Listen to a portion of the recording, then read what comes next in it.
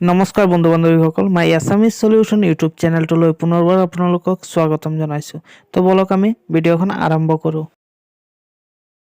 Question number 1, আতচবাজী শিল্পকেন্দ্ৰ অসমৰ ক'ত অৱস্থিত?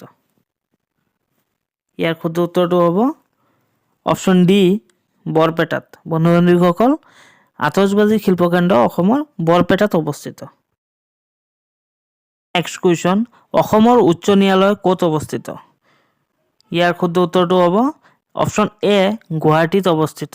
বন্ধু বান্ধৱীসকল, অসমৰ উচ্চ ন্যায়ালয় গুৱাহাটীত অৱস্থিত। নেক্সট কুৱেশ্যন, উত্তৰ পূব সীমান্তৰ ৰেলৱেৰ মুখ্য কাৰ্যালয় ক'ত অৱস্থিত? ইয়াৰ শুদ্ধ উত্তৰটো হ'ব অপশ্যন বি, মালিগাঁৱত অৱস্থিত। নেক্সট কুৱেশ্যন, শ্ৰী শ্ৰী সূৰ্য পাহাৰ মন্দিৰ ক'ত অৱস্থিত? ইয়াৰ শুদ্ধ উত্তৰটো হ'ব অপশ্যন সি, গোৱালপাৰাত অৱস্থিত।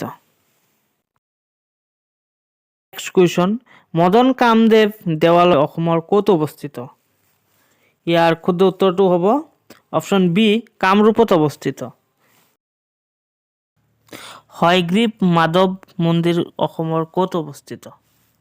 ইয়াৰ শুদ্ধ উত্তৰটো হ'ব অপশ্যন এ, হাজোত অৱস্থিত।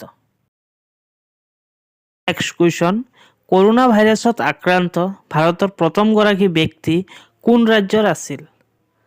ইয়াৰ শুদ্ধ উত্তৰটো হ'ব অপশ্যন এ, কেৰালা ৰাজ্যৰ আছিল। নেক্সট কুৱেশ্যন, কৰোনা ভাইৰাছত আক্ৰান্ত অসমৰ প্ৰথমগৰাকী ব্যক্তি কোন জিলাৰ আছিল? ইয়াৰ শুদ্ধ উত্তৰটো হ'ব অপশ্যন এ, হাইলাকান্দিৰ আছিল।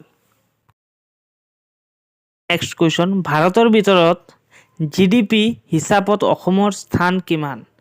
ইয়াৰ শুদ্ধ উত্তৰটো হ'ব অপশ্যন চি, 17 নম্বৰ স্থানত আছে অসম। নেক্সট কুৱেশ্যন, অসমৰ আটাইতকৈ বৃহৎ কয়লা খনিটোৰ নাম কি?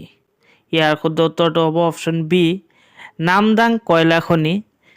এইটো অসমৰ ভিতৰত বৃহৎ কয়লা খনি। এইটো তিনিচুকীয়া জিলাত অৱস্থিত।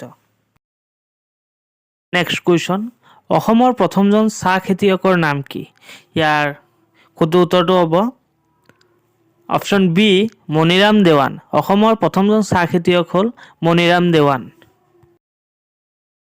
নেক্সট কুৱেশ্যন, তলৰ কোনবিধ সামগ্ৰী উৎপাদনৰ ক্ষেত্ৰত অসম ভাৰতৰ ভিতৰত প্ৰথম ৰাজ্য?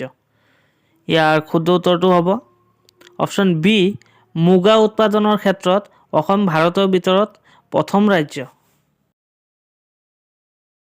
নেক্সট কুৱেশ্যন, চিপকো আন্দোলন কেতিয়া হৈছিল?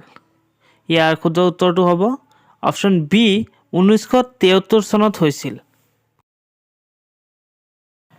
নেক্সট কুৱেশ্যন, ইয়াণ্ডাবু সন্ধি কিমান চনত সংঘটিত হৈছিল?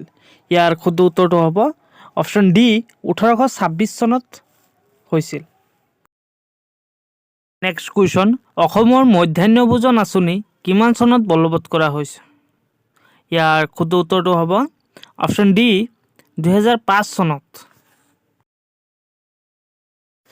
ভিডিঅ'টো চাই যদি ভাল লাগে চেনেলটো ছাবস্ক্ৰাইব কৰিবলৈ নাপাহৰিব। ধন্যবাদ।